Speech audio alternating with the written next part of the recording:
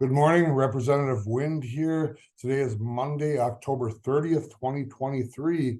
First off, I'd always like to open by saying that I hope you're all doing well and enjoying this beautiful fall weather and looking forward to what comes next. Shoveling and snow angels are always my favorite things to do, right? So here in the District 1 community, we've had a ton of stuff going on. Of course, ceremonial drums have been happening for the last 5 weeks right here in D1. We also have the fall harvest that has happened here in Mille Lacs. I don't know if we're quite underway 100% with that yet, but that'll be coming up soon. And then, of course, being the end of October, Halloween is right around the corner. We're prepping for an awesome event. I'll get to more of those details later. October also signifies the budgets and the end of the fiscal year. So we're doing that. And of course, on a personal note, trying to prep for winter. And I'll never, ever, ever, ever be totally 100% ready. So hopefully you guys are in better shape than I am. As always, I'd like to start with a recap of some recent events and activities I was able to attend. I was able to attend a elder trip in Cherokee, North Carolina. It was the National Indian Council on Aging NICOA conference on September 24th through the 27th.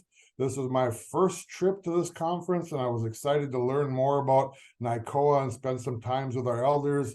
There was a ton of information on what affects our elders and how we can make lives better for them. I was also able to attend the Neashing Royalty Powwow. That was held last month on September 29th. Congratulations to the new royalty and thank you to the outgoing ones. We also were able to attend the Wawanabe Trunk or Treat due to the weather that was moved inside last Thursday. We had a wonderful time with the kids and scared some kids, and it was all in good fun. But apparently all kids don't like clowns, which is weird to me. So it was a lot of fun. On October 2nd, we were also able to attend the MLCV dish setting and ground blessing in the back of the casino near where the new cultivation building will be located. There's a whole ton of interest on this new venture, and everyone is so excited to get rolling, if you will, right? We also had a partnership. We collaborated with the Substance Use Disorder Department in hosting what they deemed as a Hit for Sobriety softball event that took place on Sunday, October 15th at the field by the new community center. It was awesome to get that new field underway. Huge shout out to the SUD department, of course, the new center staff for getting the field up and running, and miigwech to all that participated and said yes to a Hit for Sobriety. About 30 kids and 30 adults attended the special event.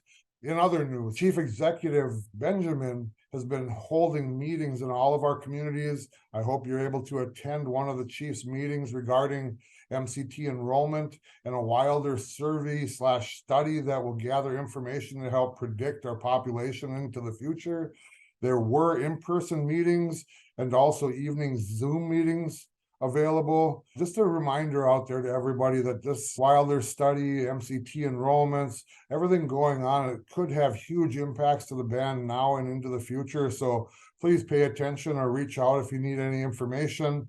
There's lots of information that needs to go out. The last Wilder study was done in 2013, 2014, and a lot of that information from the last Wilder study was outdated. So the Assembly, along with the executive branch, have decided to do a new study. There will be some mailings of some surveys that go out. The sad part about the last Wilder study, in my opinion, is it really didn't have a good representation of the Mille Lacs band and its members. It was said that only about 100 MLB members took part the last time. I believe the goal this time is to get about 1,200 MLB members to participate. And again, this could have huge impacts to the band, how we enroll, when we enroll, all that stuff going forward. With a topic as huge as this, it pays to be as informed as possible and have the right and up-to-date information when making those determinations. Tied to that, also on the TEC, MCT level, there is still a potential upcoming secretarial election. Ordinance 3215 is still out there. I believe they're still working on it, so keep your eye on that. And also the work of our Constitution delegation reform that's been ongoing since 2017. A lot of moving pieces when it comes to enrollment, so we want to make sure we're paying attention to those. In other news, We're happy to collaborate once again with Mille Lacs Corporate Ventures. As you guys all know, the hotel refresh project is underway. And as part of a collaboration, there is a refresh furniture giveaway that I would like to remind you about. This is happening every other Thursday. There are some items that may be of use to some of our membership. We have partnered to share information and dates with the members in D1 that may be interested. November dates and flyer will be updated soon and shared as soon as possible so that you can plan accordingly. The next distribution is slated for Thursday, November 2nd from 8 a.m. to 4 p.m. There will be mattresses, end tables, dressers, lamps, chairs, some TVs, some mini fridges, basically anything that was inside of a hotel room that we think is of some value and could be used within our community.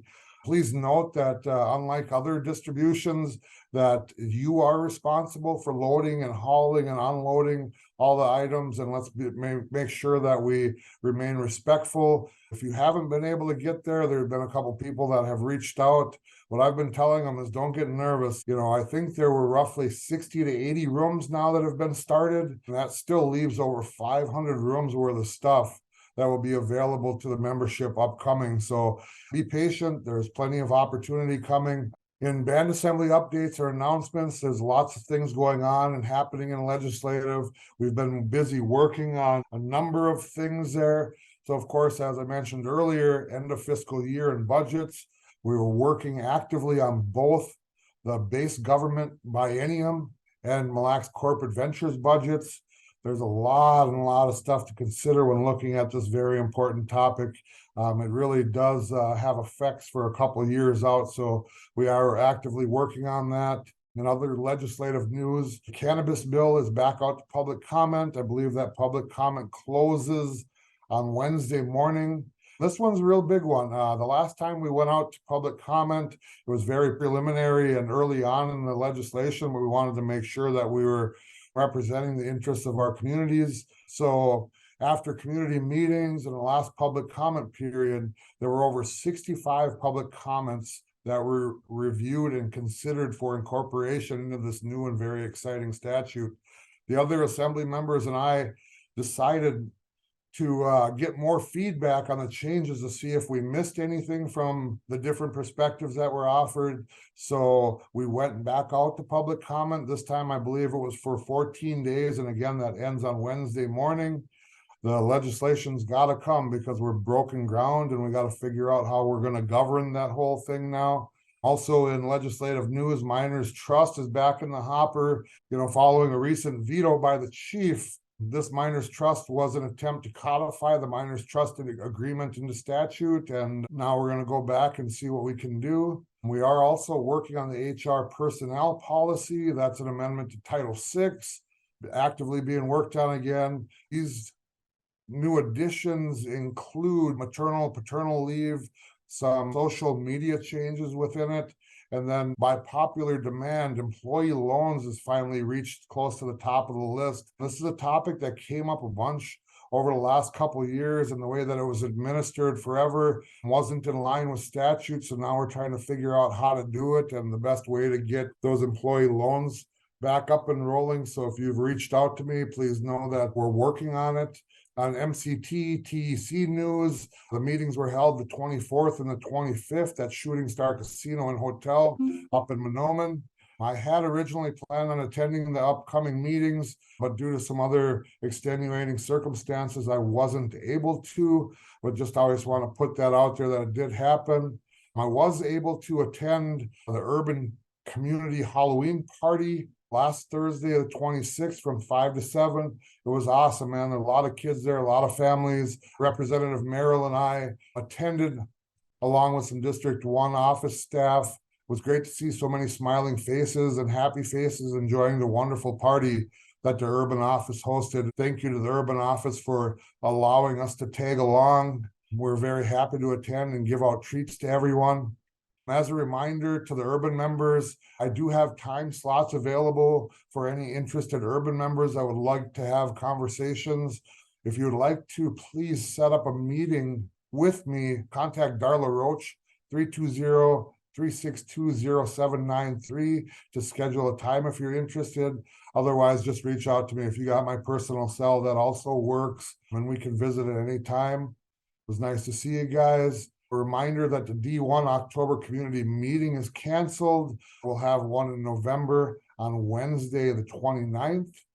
Here in District 1, for the last couple of days, we've been working our butts off, pulling together the D1 Halloween party that'll take place on Tuesday, October 31st at the new District 1 Community Center. We always deem this one our spooktacular event. So our Halloween party is in the works. Again, this will take place on Tuesday the 31st from 4 to 7 p.m. at the new District 1 Community Center. This is one of my very favorite events. I like seeing everyone dressed up and having fun. We'll be having kids reusable Halloween trick-or-treat totes. There will be a haunted walkthrough for those that like the scary and spooky stuff. We also have a costume contest that will have 3 age categories. The first one is 0 to 8. Next one is 9 to 17, and then an 18-year-old adult one. There will also be a best family costume. So if you guys dress up as a family, come on in. That one was very popular. We'll also be having a pumpkin carving contest, a photo op with pictures that will be taken and shared on the District 1 Legislative Facebook page. A light meal will be provided. And then, of course, the disclaimer there, for safety purposes, all children must be supervised by a parent or adult. We do look forward to seeing you all there for some tricks and treats. Another reminder that is new this year is this is open for community members to come and set up and decorate a table to give out your candy if you would wish. We currently have about a half a dozen community members committed to participate. We'll set up tables in the gym. We'll, if kids don't show up at your house, we'll have plenty of kids here that'll take all of your candy. So bring your candy on in and get you set up. But if you're looking to do that, we're asking that to get a rough number, we're asking that people reach out to Darla Roach directly, 320-362-0793, and just give us a heads up so that we can have a table set up for you. Another exciting event that we're happy to have and collaborate with the Mada'o-Nidiwug grant, Grand Casino Mille Lacs band member recruitment, and HHS population health on presenting a Native American Heritage Month celebration powwow. This will be on Friday, November 10th from 11 a.m. to 6 p.m. at the new District 1 Community Center. Everyone is welcome to join us as we share some of the beauty of our culture with song, dance, family, and community. We have a great lineup of drums. There'll be lots and lots of specials, spot dances, a singing contest, a free meal, a ton of vendors. I'd like to give a special miigwech to Mada'o-Nidiwug, which is a creative placemaking grant funded through the Blandon Foundation. Also thank the Initiative Foundation for being the financial administrators of this grant. And without them, this wouldn't be possible. Also, a huge shout out to Winetta Thompson and her dedicated team for sharing their knowledge and orchestrating such great cultural teachings in all of our districts. So Mada'o-Nidiwug is sharing their knowledge, and they've set up classes in each and every district, moccasin classes, ribbon skirt classes, blanket classes. They've really been doing a wonderful job, drum making classes. So really, really excited for this event. If you are interested in being a vendor for this event, please contact Lana Oswaldson at 763-238-6629. Or if you have any other questions, please reach out to Nick Cash at 320-630-3332. Another event that we have coming up, we have the D1 and urban turkey distribution, as we've done in the past. We are planning our District 1 and urban head of household turkey distribution for next month. The urban area will be on Friday, November 17th from 10 a.m. until dawn in front of the urban office. The District 1 one will be on Monday, November 20th from 10 a.m. till 3 p.m. behind the Grand Market. As a reminder, these are drive-up distributions. The turkey will be loaded into your vehicle. Please have your tribal IDs ready. Also, this is for the turkey only, just like last year, 1 turkey per household. So please watch for an upcoming flyer that'll be out in the next week or two. But again, those dates are November 17th for the urban and November 20th for here in District 1. Another very exciting thing that we now have going on here in District 1 is on Saturdays from 2 to 8 p.m. We have open gym. We've partnered with Aldasian Big Bear to bring open gym back for the next few weeks due to some scheduling conflicts at the new center. Open gym will be held and was held this last weekend at the old center, really kind of basketball based for now. We're really looking at how we can enhance that and of course move it over to the new center and keep everybody safe in doing so. As part of that, parents are asked to fill out a open gym participation / emergency contact form so that we know how to get a hold of you in the event that something should happen from those times that your kids are here.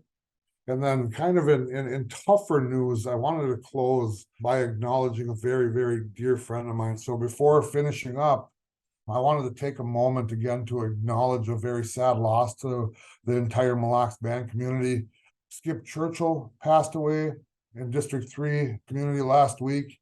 He was a very dear friend of mine, a drum keeper, a spiritual advisor, a dear friend, a trickster and a jokester too as well. He was a huge part of the Ajamug community as well as throughout the rest of the band. A great friend to many of us that will be dearly missed. And when I think of both Skip, I think of how he taught without teaching, right? He really led by example. So please keep his family and the District 3 community in your prayers. Skip, Gigawabam and Manij, we'll see you someday. In closing, please feel free to call me directly, 320-630-1428 if you'd like to talk or have any questions. I hope you all are having, again, a wonderful fall here. Thank you.